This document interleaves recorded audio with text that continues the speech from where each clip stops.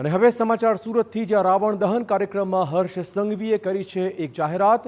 અલગ અલગ કેસમાં પકડી પડાયેલા ડ્રગ્સનો નાશ કરાશે। આવતીકાલે ભરૂચના દહેજમાં આ ડ્રગ્સનો નાશ કરાશે। 442 કેસમાં પકડાયેલા ડ્રગ્સનો નાશ કરી દેવાશે।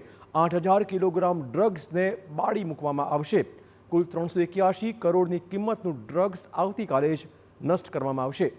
હર્ષ સંઘવીની હાજરીમાં ડ્રગ્સનો જથ્થાનો નાશ કરાશે।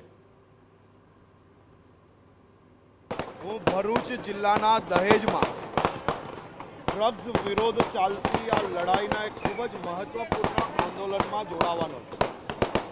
કાલે 442 કેસોમાં પકડાયેલું 8000 કિલો ડ્રગ્સ, જેની કિંમત 381 કરોડ રૂપિયા છે, એ ડ્રગ્સને ખાકમાં મિલાવી લેવાનો નિર્ણય લેવામાં આવ્યો છે।